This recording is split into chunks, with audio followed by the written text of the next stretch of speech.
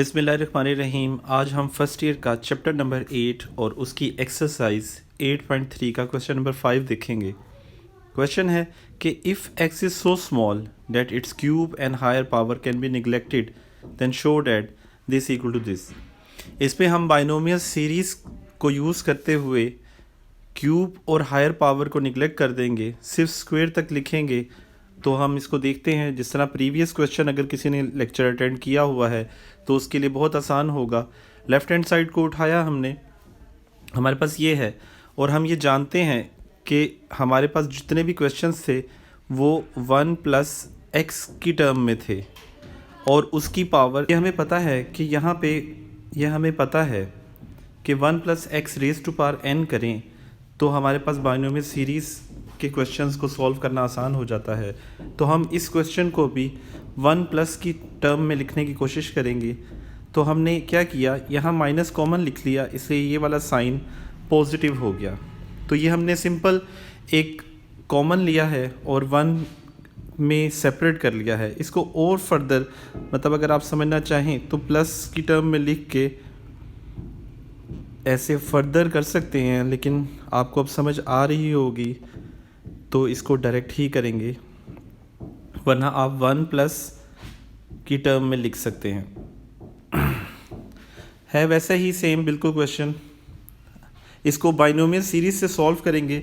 तो binomial series थी क्या हमारे पास था 1 plus x 1 plus n x. तो 1 तो हमारे पास यहाँ एज इट इज़ आ गया, n हमारे पास पावर हुआ करती थी तो n की जगह 1/2 आ गया, और x वो टर्म होती थी जो 1 के साथ होती थी। तो यहाँ 1 के साथ ये पूरी नेगेटिव वाली टर्म x है, ये पूरी टर्म हम x मल्टीप्लाई करेंगे। तो ये हमारे पास पूरा मतलब n और x आ गया।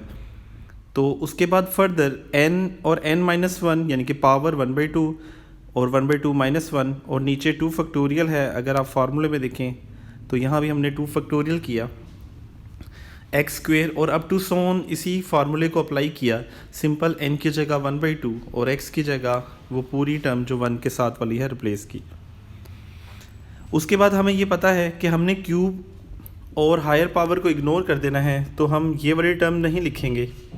बाकी वैल्यू को हम सिंप्लीफाई कर लेते हैं। 1/2 को जब इसके साथ मल्टीप्लाई किया तो -x/2, और जब इसके साथ मल्टीप्लाई किया तो 2 कैंसिल हो जाएगा, तो हमारे पास एक्स स्क्वेयर बचेगा, यानी कि ये वाली टर्म और कटिंग होने के बाद ये वाली टर्म बचेगी। इसी तरह फर्दर राइट साइड पे पूरे इस वैल्यू को हम सॉल्व करके 1/8 कैलकुलेटर से लिख देते हैं, और बाकी हमारी जो स्क्वेयर है उसको हम ओपन कर लेते हैं। जब हम स्क्वेयर ओपन करते हैं तो हमारे पास कुछ ऐसी टर्म आ जाती है।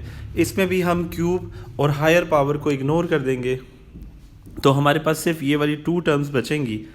यहाँ पे भी क्योंकि एक्स स्क्वेयर 2 हैं तो एक्स स्क्वेयर को हम कॉमन लेके या एलसीएम लेके सॉल्व कर सकते हैं। तो हम एलसीएम ले लेते हैं, तो हमारे पास ये 9x² डिवाइडेड बाई 8 हो जाएगा। तो फर्स्ट पार्ट बहुत आसान था, ये हमने सॉल्व कर लिया। इसी का सेकंड पार्ट देखते हैं।